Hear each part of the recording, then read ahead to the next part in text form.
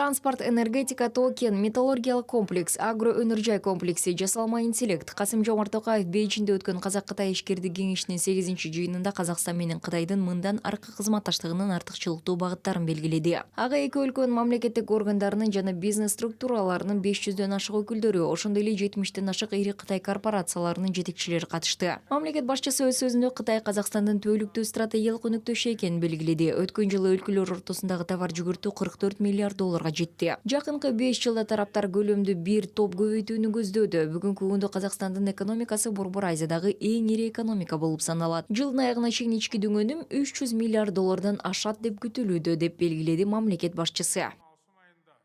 Кытай Казакстан экономикасына 27 миллиард доллар инвестиция салды.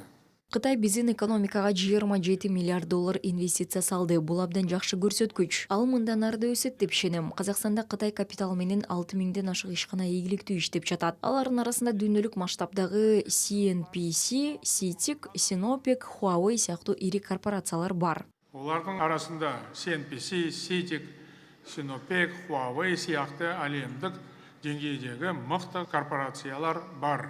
Казакстан менен бизнес өнүктүрүү пайдалуу, өлкө инвесторлорду тартып элетин болбосун аларга колдоо көрсөтөт, укуктарын жана кызыкчылыктарын ишенимдүү коргоону камсыздайт. Анын үстүнө иш бардык деңгээлде, анын ичинде өкмөттүк деңгээлде да жүргүзүлөт. Андан тышкары Казакстан менен КРдин ортосундагы инвестицияларды кубаттуу жана өз ара коргоо тууралуу макулдашуу түзүлгөн. Ишкер чөйрөлөр кызматташуунун келечектүү жана кирешелүү багыттарын тандай алышат. Алардын бири транспорт жана логистика. Айрыкча өлкөнүн үлүшүнө Кытай менен Европанын ортосундагы бардык континенттик ташуулардын 85% туура келет. Бизнес үчүн энергетика тармагында, атап айтканда кайра жанма энергия булактары жана атомдук энергетикада өз ара аракеттенүү кызыктуу көрүнөт. Дәстүрлүк кубат көздөрүн дамытуу, Өлкөбүздүн энергетикалык коопсуздугун камсыздоонун негизги элементи болуп салттуу энергия булактарын өнүктүрүү кала берет. Энергетика тармагындагы бардык биргелешкен долбоорлор өз ара пайдалуу кызматташтыгыбызды мындан ары да чыңдоого кызмат кылат деп эсептейбиз. айта түшөт деп санайм. Казакстан дүйнөдөгү айдоо жерлеринин аянты боюнча 6-орунда турат жана дан эгиндерин экспорттоо боюнча алдыңкы 10-дукка кирет. Өлкө Кытайга жыл сайын 2 миллион тоннага чейин дан жеткире алат. Бирок Касым-Жомарт Токаев биргелешкен кайра иштетүүчү өндүрүштөрдү өнүктүрүү да келечектүү экенин белгиледи. Бизнес үчүн дагы бир байланыш түйүнү жасалма интеллект, инновациялардын жана криптоиндустриянын өнүгүүсүнүн кубаттуу аймактык борбору болууга тийиш болгон жаңы Алатау Сити шаарына өзгөчө көңүл бурулууда.